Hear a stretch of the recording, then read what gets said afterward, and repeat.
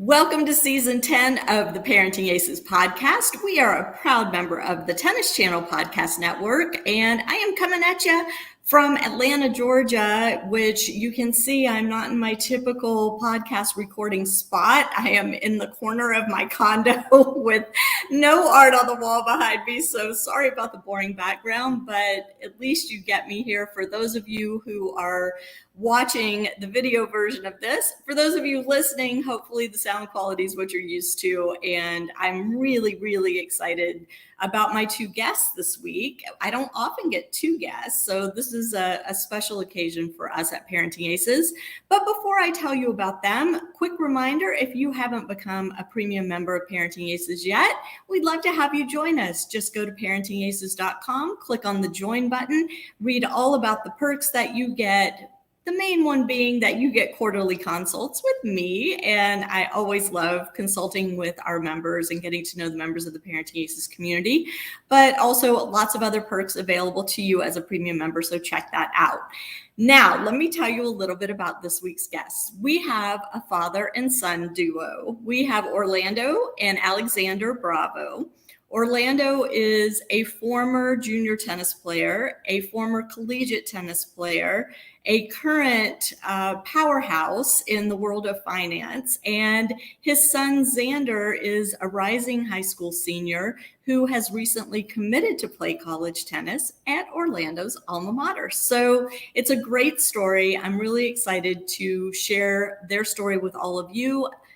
Let me just give a big thank you to Coach Todd Whittam for connecting me with the Bravo boys. And here they are. Let me get them online. I am getting them unmuted, adding them on. Orlando and Zander, welcome to the podcast. Thank you so much for taking the time to join us. Thank you very much for having us. Thank you as Orlando, well. I'm going to start with you, Orlando, because, age before beauty or something along those lines. My understanding is that you had a very interesting junior tennis experience growing up in Puerto Rico, but making your way to Nick Bollettieri's Academy, where you were there alongside Jim Courier and Agassi. So please share with us how you got from Puerto Rico to Florida to Bollettieri's and what that experience was like. Well, thank you, Lisa, for having Xander and me. And if there was ever a great example of age before beauty, is in this podcast. So I appreciate you saying that as well. So look, for me, tennis growing up since the age of 8, all the way through college, midway through college, it was my entire life. It was the way that I got to meet new friends, get out of Puerto Rico to explore new places, travel, play tournaments in Latin America, Central America, the Caribbean, and of course the US tour. And in that journey, I'm very fond of the sport because it is what showed me how many different things were possible. And that's an amazing thing that I carry through to today, especially when I mentor younger people. But the way it was for me is I remember 1977, there was an exhibition tournament where V.S. Gerolaitis played in San Juan, and my mom took me, and we loved what we saw, and I started playing. And then a great coach, Antonio Ortiz, who was my lifetime coach, and mentor, took me under his wing and really taught me how to play. My first tournament outside of Puerto Rico was in Florida, and I lost in the finals to Jim Courier, who killed me in the 12 and under. I think it was like 2-1 or 2-0, something like that. And from a bit of that friendship and my parents getting to know his family, I then started going to Harry Hopman's. I don't know if you remember that academy from way back when, that then became the Palmer Academy. But in that, I was exposed to a lot of good players, a lot of great coaches.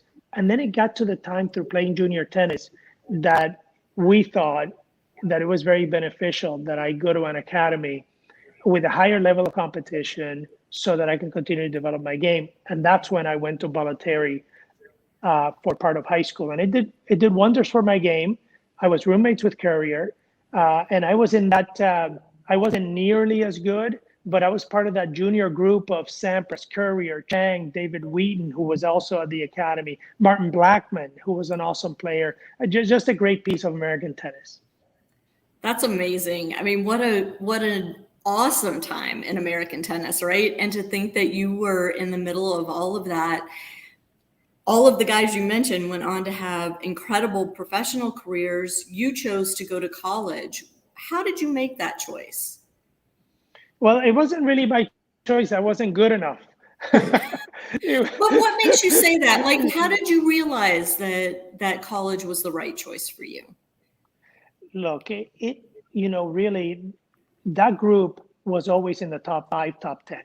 There was always a pretty big difference between that group, even at the 12s, and us who were 40, 50, 60, 70 in the country. There was no UTR system then either. Yeah. But it was especially when they all turned 16 to 17 that their explosiveness as athletes, besides their strokes and the time they had put in, it really showed.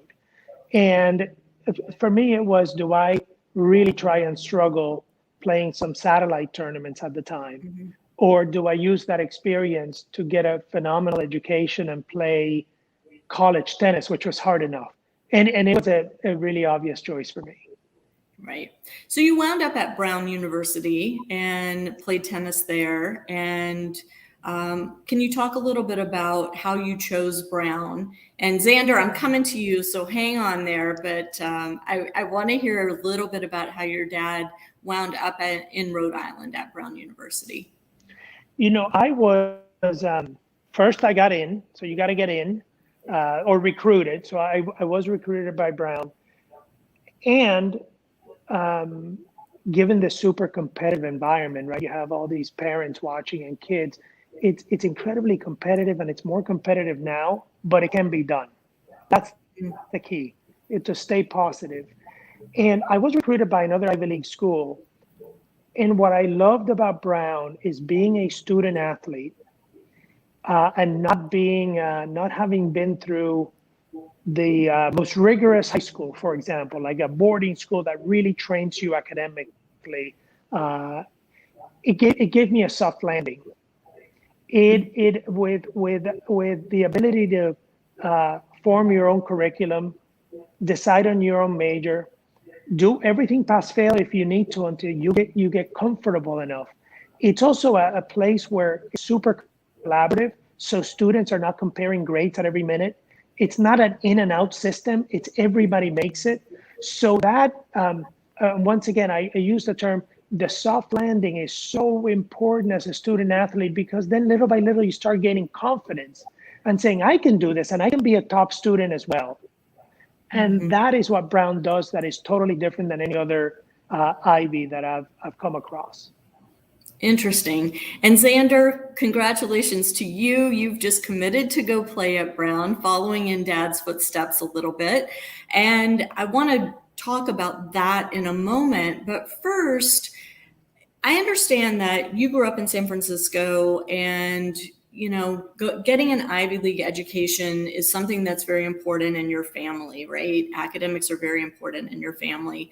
But being able to combine your love of tennis with a high-level education is also very important to you. You recently moved to Florida because you kind of realized, either you yourself or you with your coach and your family, that you needed to up your game a little bit. And by that, I mean bring in more intense training, get yourself ready to be competitive at that Ivy League college level. What happened that kind of triggered that thought process that, hey, I'm not getting what I need here. If I want to achieve this goal, I've got to make a change? I think I would really say is I definitely didn't see myself not improving in San Francisco. I feel like I was still improving at a steady rate. But what I really saw was that I needed to improve at a much faster rate to be able to achieve, the Ivy League goal, which has been a dream of mine ever since I can remember. And, when I almost was beginning towards middle of my junior year, I really realized that the goal is very achievable. It's going to be very difficult. I'm going to need to put a lot of hard work in. I'm going to need to make some great relationships with some of the Ivy League coaches if I want to go to one of those schools. And I also said, I'm going to have to keep my academics up as well. And, very importantly, I'm going to have to make huge strides in my tennis game overall. So that's when my dad and I and my mom, we were all researching, great facilities and places around the United States for, great tennis training experience overall. And we came across Todd Whittam's place, TW Tennis. And I think what we saw there that we didn't see anywhere else was still the ability to have individual attention, as if you almost have a private coach on you 6 hours a day. But at the same time, a small peer group of kids who are also going through the same thing as you, and you can push each other with. So that was astounding to see. We didn't know such a place really existed. So as soon as we saw it, I guess we booked my ticket. And I think, the original plan was to go for 2 to 3 weeks, make sure that I liked it. And I did. So I guess I'm here to stay. And I should point out, this was all happening in the midst of COVID too, right? I'm guessing you were doing school virtually at some point in your junior year because COVID hit us all. How did that kind of come into play with making the move? Because you were already doing school not in a brick and mortar setting. Exactly. Yeah. So basically what I noticed was my high school in San Francisco was still virtual at the time I started with Todd Whittam. So what I did was I actually switched to another high school based in San Francisco, which I could make my own hours around my tennis training, and I would be able to do class from 5:30 to 8:30 p.m. or 5:30 to 7:30 p.m. after tennis every day. And I decided to do that because if I had stayed with the virtual option with my high school, I would have found myself logging on to mandatory classes from 8:30 a.m. Pacific until 3 p.m. Pacific. So, that would take up a lot of my tennis training day and almost would make it seem like there was no difference in even going to Florida if I was just going to be logged on to class all day. So, yeah, I think that was very important. And my other school in San Francisco didn't even go back in person until mid-May. So I realized I really wasn't missing out on, spending time with friends. And, of course, that it was hard to be away from them, but I realized that this was definitely the better decision. Can I ask which school you're doing? Yes, it's called Fusion Academy. And I think they have a few nationwide, but I'm doing the one based in San Francisco. Got it. How difficult was it for you to make the move in terms of your social life? You mentioned the fact that, you were already doing school virtually, so it wasn't like you were getting the ability to hang out with your friends anyway. But, things are starting to open up a little more now that the vaccine's more widespread. Do you miss that? Do you miss the day-to-day contact with your buddies back in San Francisco, or have you found other ways to stay connected and met new friends in Florida? Well, I'm super glad I have made a bunch of new friends in Florida, but, of course, I still miss my friends back home and everything back home. I guess, sort of a choice I had to make. I had to sacrifice certain things coming to Florida.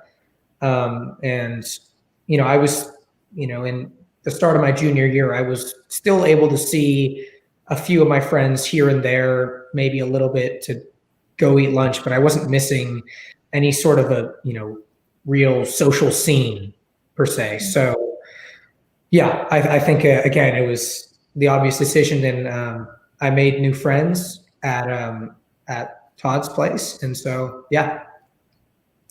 Orlando, can you talk a little bit about how maybe you used your experience leaving home and going to train at an academy to help Xander understand and come to the decision to do the same thing?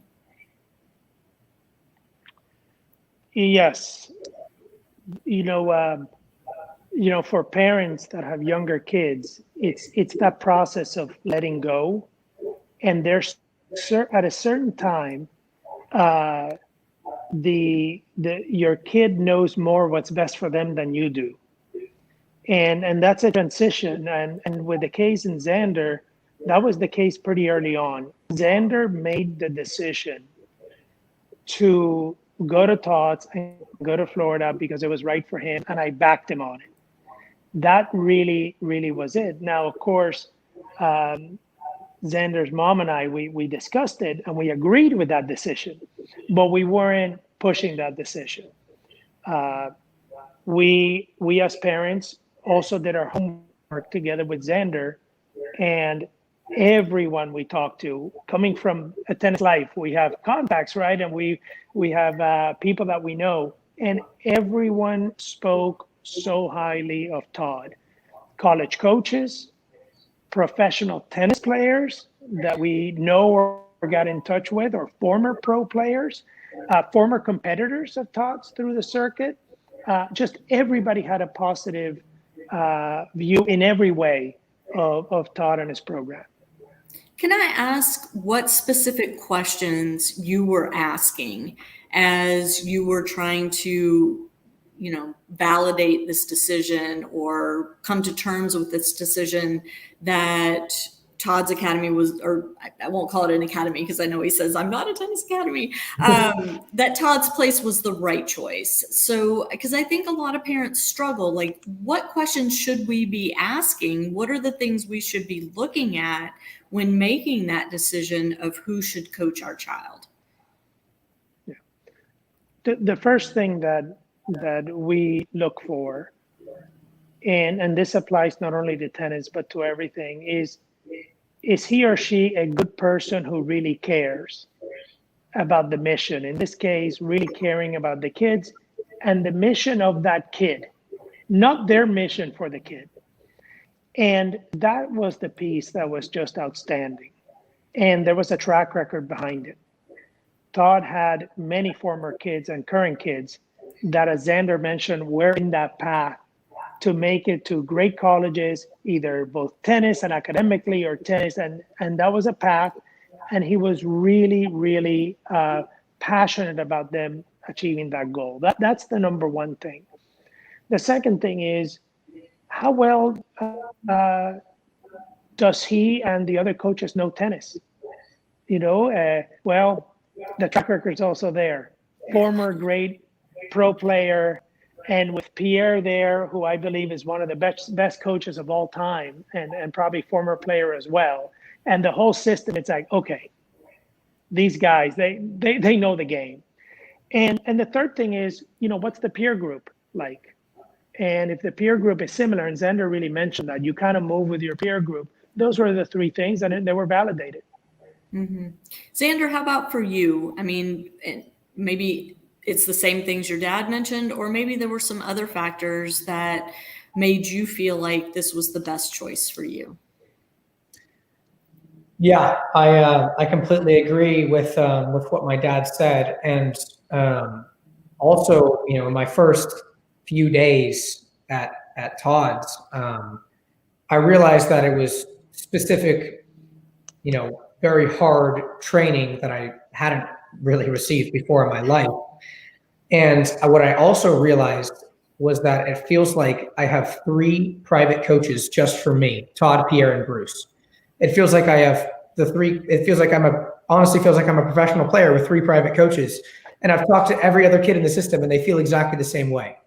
So I guess they're always, of course, giving you incredible, help and advice on the court. And it's a system like no other. So I guess that was really convincing for me to stay. Todd has told me that the improvement that you've made in a short period of time is like nobody else he's worked with. Talk a little bit about what your typical training day is like. Yeah, so I can't, I guess, ignore it was very hard to achieve. It was at first getting to an Ivy League school was, seen as a little bit of a lofty goal for me. I had to make big strides. A typical day of mine. Can I interrupt you 1 second? Can you just quickly tell us where you were ranking, rating, all that wise when you started with Todd, and how you've progressed to where you are now? Because my understanding is when you first came to Todd was like, he's not getting to Ivy League. He's not there. Like his game's not there. His physicality's not there. So where were you when you started with him, and where are you now that you did become attractive to the Ivy League coaches? So when I began with Todd, I was around 390 on tennis recruiting. For your recruiting class? Yeah, in my recruiting class, yes. And, I had spoken with many college coaches, and many people, were, I guess, telling me that a great Division III school would be more realistic, because there are, incredible academic Division III schools with good tennis teams as well. So I guess that was also in my mind that, maybe I wouldn't be able to achieve this, Ivy League dream of mine. But so basically what it took was 8 a.m. to 3 p.m. every day, with about 45 minutes lunch break somewhere mixed in there.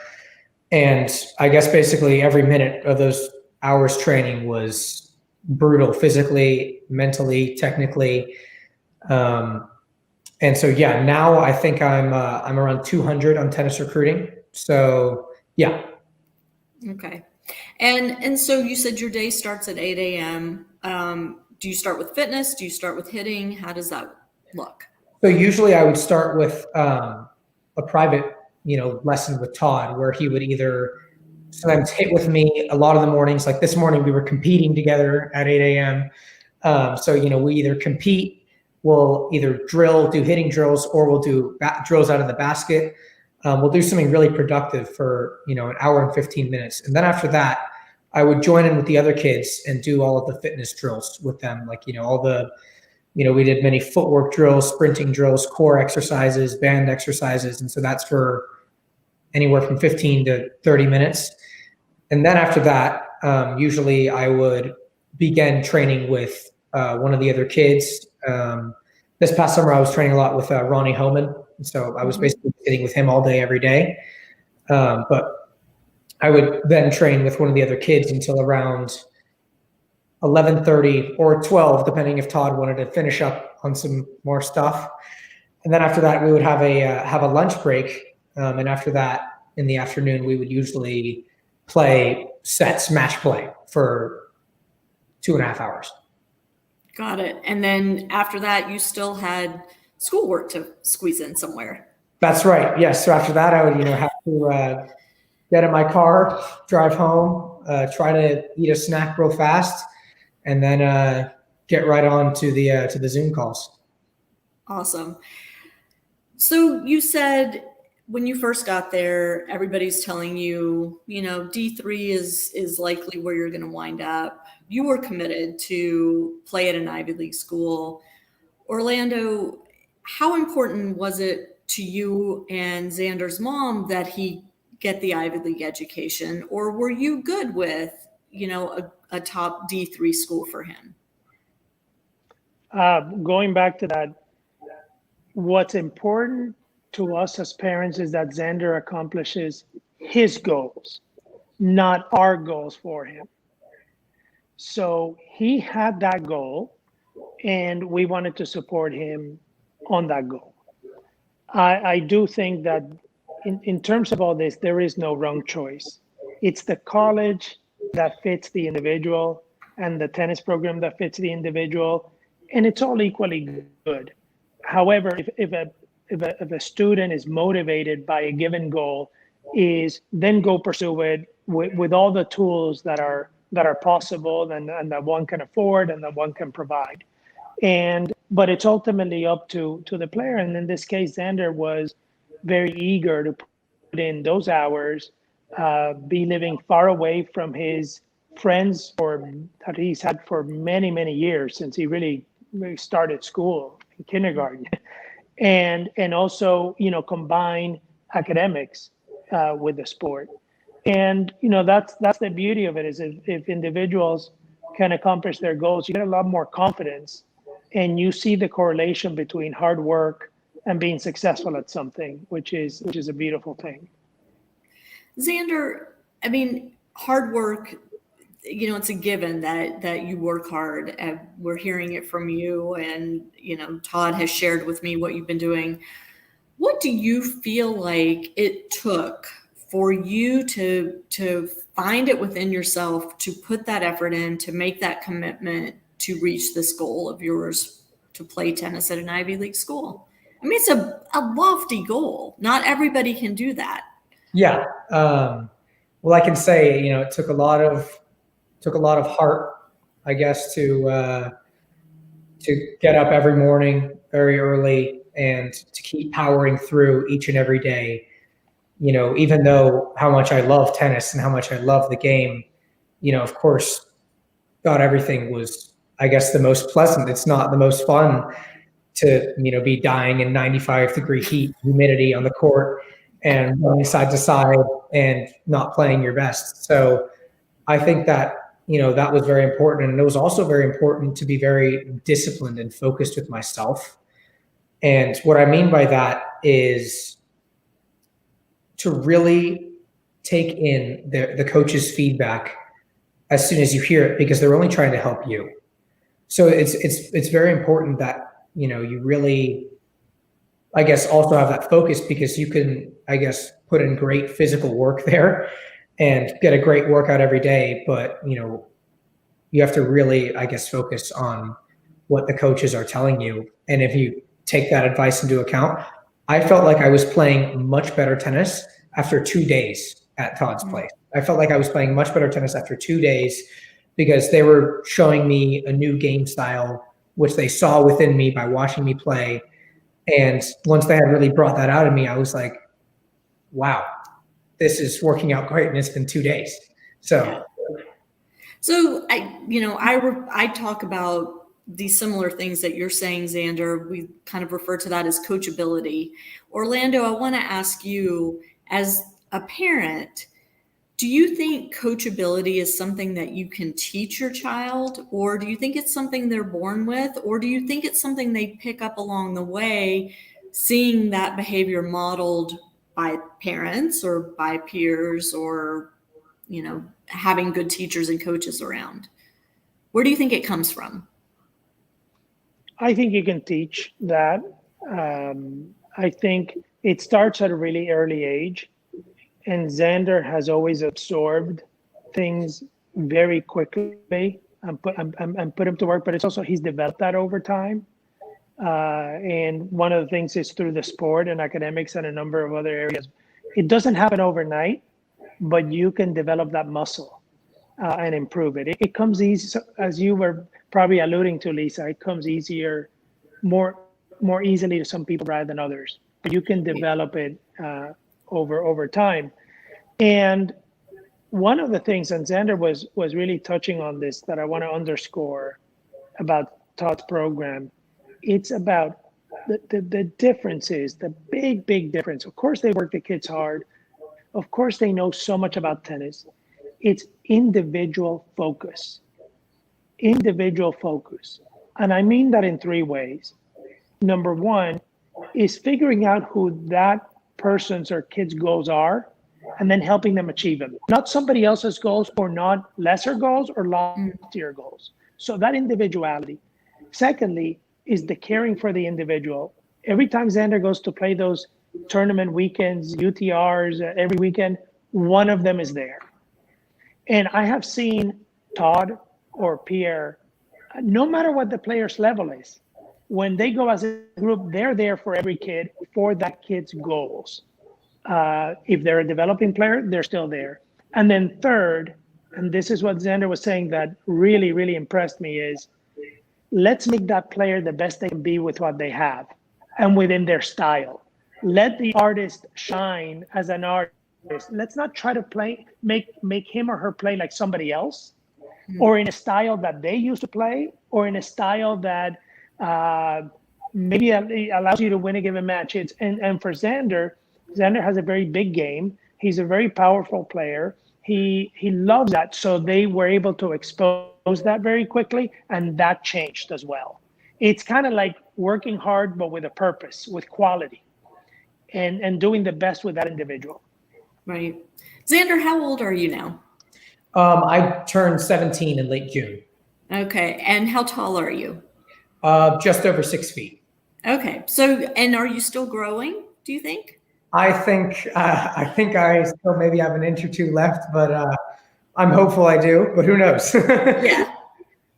So now that you're a senior in high school, you've got one more year to really hone all of these skills, both on the court and in the classroom, to get ready to go to college.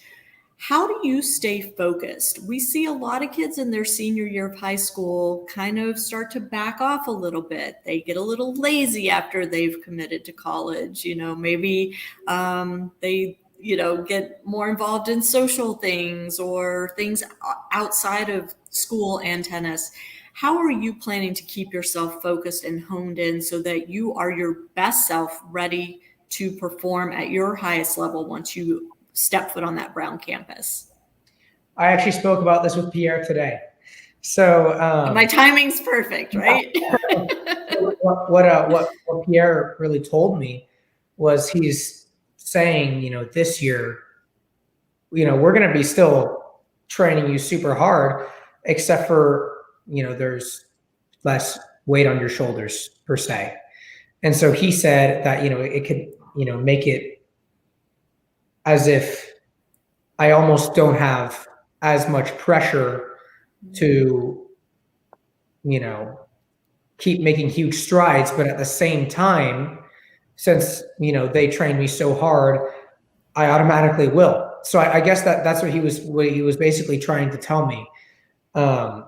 And he was also trying to tell me at this point, you can see how good can you get. He's saying are you able to come into Brown playing a very high spot in the lineup, to really maximize my ability before I leave, to really see, what is possible, I guess. So I guess that's what he was really putting in my head. It wasn't necessarily the stress of, if I don't get to this on tennis recruiting, if I don't get to this on UTR, I might not be able to commit to Brown or wherever school. So, yeah. So you've made the commitment, that pressure's off. How did you pick Brown? Was it the coach? Was it the other guys on the team? Was it the fact that your dad played there? What factors went into that decision? So Dad, Lisa, it was definitely not that I played there. That was the only negative. I'm Zander. sorry to say this, but I didn't, the fact that my dad played there wasn't really a factor in my thought process, because I really wanted to discover where I thought the best fit for me was. So I started talking to Alex Kasparov, the coach at Brown now, who started in September of this year. I started talking to him in November of my junior year. So November 2020, I started speaking to him. And he was brand new there at that point. He was brand new, yes. So he was brand new. He's coming in very excited. He wants to make Brown a very winning team. He wants to make Brown the best in the Ivies if it's possible, of course. Mm-hmm. Since he's a new coach, I guess he sort of has, the Brown people, I guess, sort of watching him, trying to see if he's going to make leaps in the program. So I started speaking to him in November of 2020. And, he knew that my rankings and ratings and everything were so far under everything that he had, everything that he had recruited in the past, and everything that many of these other Ivy and top schools were recruiting. And let me just interject. He came from Wisconsin. He came from a giant school with, big budget and all of that. Brown also has a nice budget, but Brown hasn't been at the top of the Ivies in the last several years. So he's got a big job ahead of him, but he's got the experience coming from Wisconsin to know how to recruit and to know how to build a team. So was that a big positive for you? Absolutely. Absolutely. And also I'm so glad that he is such a great, genuine guy. And we were able to build a very great relationship early on. And I told him that I was going down to Todd Whittam's place, and he was thrilled that I was heading down there. And he began to see, I guess, more great results, improvements. I was sending him videos. I was sending him videos of me training with Sunwoo Kwan, one of the pros who actually was with us today. And eventually he asked me to do a pre-read, which is where I sent in academic information, basically my transcript, a description of my high school, extracurricular activities. He had a whole list for what needed to be sent in on the pre-read. That he then gave to admissions. And a few months later, he, I think in late May, is when I got the official offer. I remember where I was.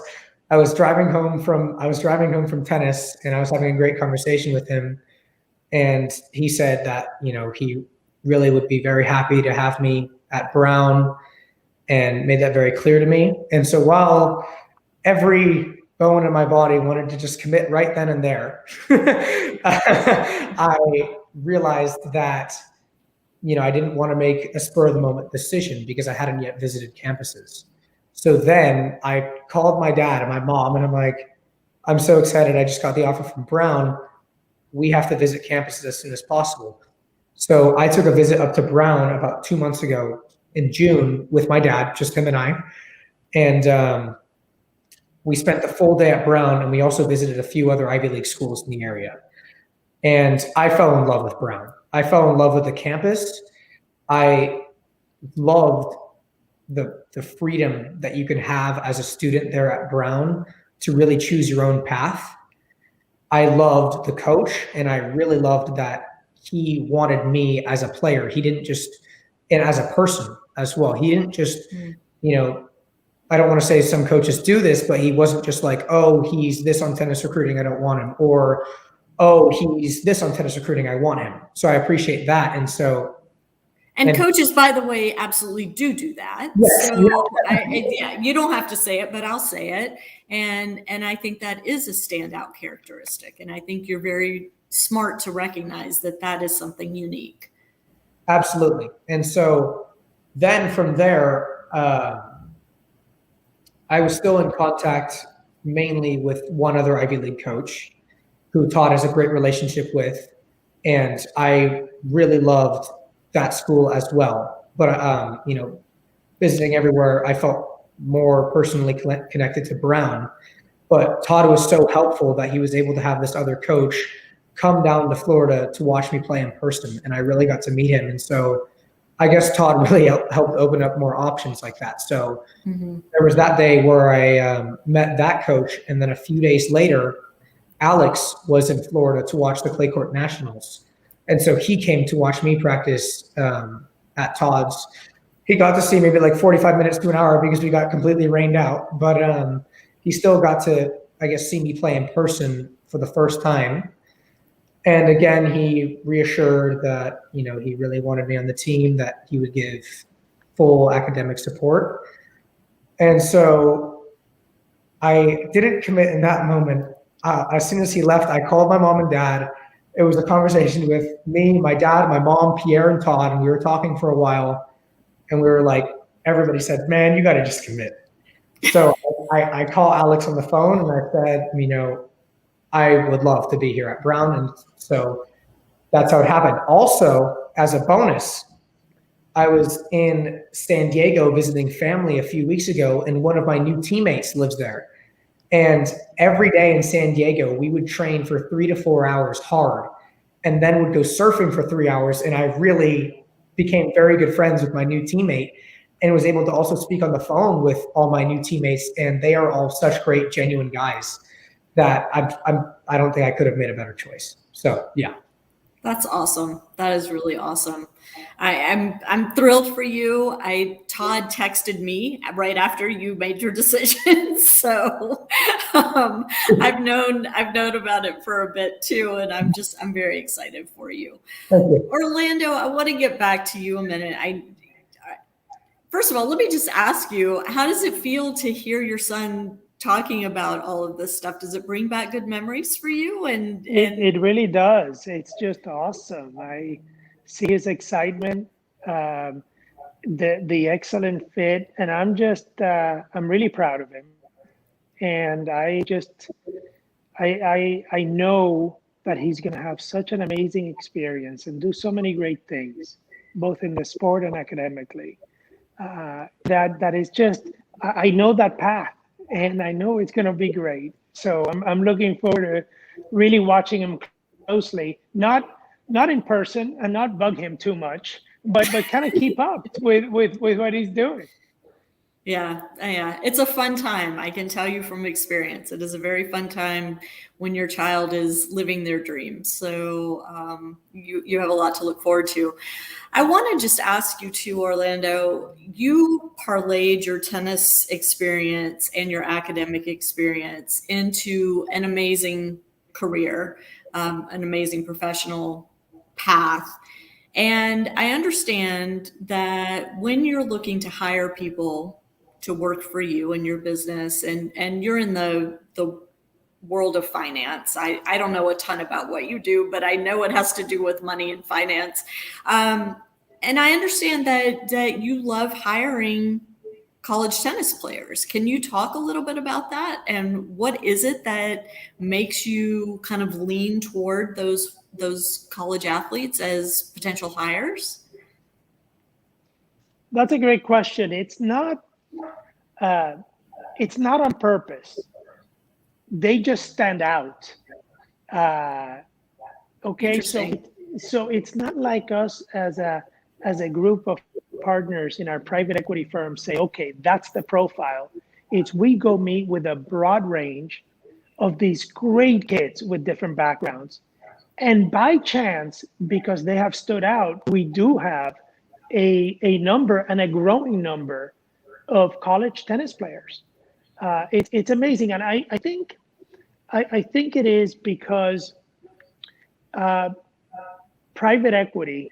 Okay, so what we do is we raise funds, and we use those funds that we raise from our limited partners, institutional investors, to buy companies in software, improve their performance, and hopefully earn a great rate of return for the people that we're working with.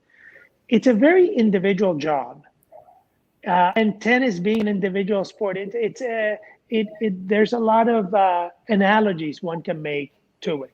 So that may be one reason. The other reason is we look for individuals that have done something very different and very meaningful at an early stage in their lives. And of course, tennis or art or music or something very different really shows, and it shines as well. And then third, we look for people that have shown the experience of having a struggle and dealing with that. And you know that every time you step on a court, whether you're supposed to win or supposed to lose, or you're going to struggle. And that's the life. And that's the life of deals as well. Sometimes you're up, sometimes you're down, but it's never done until the contract is signed, right? Until somebody wins the last point, right. which is super interesting. I love that. The last thing I want to ask you, and this is a message that I have been pushing out on Parenting Aces for the last 10 years, is the importance of finishing this tennis journey as the parent and the player with a relationship of parent and player, parent and child intact. How difficult is it, do you think, Orlando, and then I'm going to ask Xander, I'm going to ask you the same question. How difficult do you feel it is to find that balance between pushing your child to get them to work toward a goal and hopefully achieve the goal, yet not being so overbearing that you wreck your relationship with them? Xander? He's passing the buck, Xander. Go ahead. Are you No, I thought if you want to answer first, or if you want me to answer first. Okay, well, what I can really credit my parents to is always being incredibly supportive of my goals without feeling some sort of, them putting a huge weight on my shoulders saying that I had to get into a top academic school using tennis. I wasn't forced into tennis in the first place. Of course, my dad taught me how to play tennis at a very young age, and knew a lot about the games. That was very helpful. But I guess I pursued tennis individually through my own interests. I chose tennis as my sport. And, throughout the whole process, what was great is I felt a lot of support, that they were happy that I was happy playing tennis, but I didn't feel any sort of pressure from them that I had to do this. And that made it feel great at the same time that they were supporting me so much in what I really wanted to do and what I chose, but not forcing me into it. And I think that's how I was able to really, I guess, improve so fast at such a fast rate, was because of their support of me being down here in Florida. They did not force me down to Florida. They did not say, Xander, you're going down to Florida because you're going to train with Todd Whittam and you're going to end up at an Ivy League school and you got to do this. So I think that's how, my relationship with my parents is, of course, amazing. So, yeah. Orlando, your turn. You passed the buck. Now it's back to you. Go ahead. Thank you, Zander. You've been very kind in your in your description. That I really appreciate that. And parents have to realize that they're not perfect, and that especially if it's your first as a tennis player or athlete, you haven't done this before. You may have been the kid in that situation, but you have no experience, so you have to learn as you go.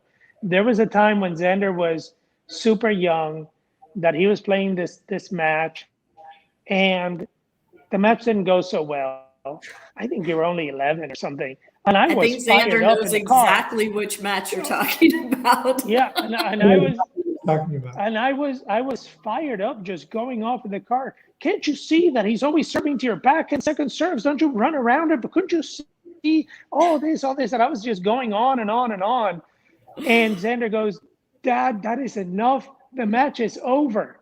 And I kind of stopped because I was really fired up. And I looked at him and I said, hey, just so you know, I don't know how to be a tennis dad. And then I called my coach when I was a kid, and I was telling him about this, and then Antonio this and that, and he stopped me and he said, Orlando, let the kid enjoy the sport. And I was like, wow. So I think what I tried to do, which was super hard to do, is take a big step back. And you still wanted to comment, and you still wanted to do this in practice and hitting with him, but take enough of a step back to then you can then re-engage. And it hasn't been easy because I also want to be a cool dad and not be all over him all the time. And that doesn't work either. But I also don't want to be that dad. So finding that balance of having Xander be my best friend, which he is, and also those hard work and ethic and seeking your own goals and doing the best you can and teaching that is sometimes hard to do. Very difficult. And Xander's following in big footsteps. I mean, Orlando, you had a very successful junior tennis career, collegiate tennis career. You have a very successful business. So that's a lot of pressure on a kid coming up in that type of environment.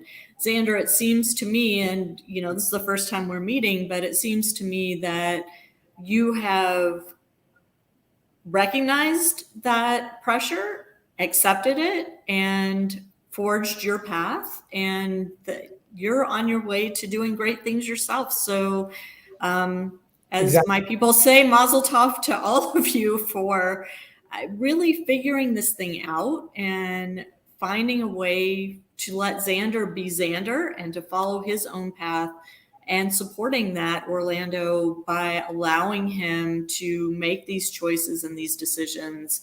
And, you know, who knows what the future holds, but I suspect it's going to be really good things. Thank you very much. Yeah. Thank you. Congratulations. Well. Yeah. I think you guys are a success story. So I really love it. And I'm very excited to see what happens over the next year, Xander, and especially once you get on campus at Brown in 2 years, to follow your collegiate career there is going to be super fun. We'll have to have you on again because we're running out of time. I wanted to talk to you about this new name, image, likeness stuff that's going on in college, but we'll save that for another conversation.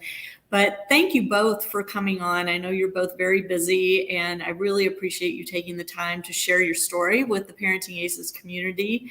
And as I said, I look forward to watching you over the next several months and seeing where your life, your tennis, and your academics take you. Thank you so much for having us. Thank you so much. Thank you. And to my listeners and viewers, thank you so much for tuning in. We will catch you next time on Parenting Aces.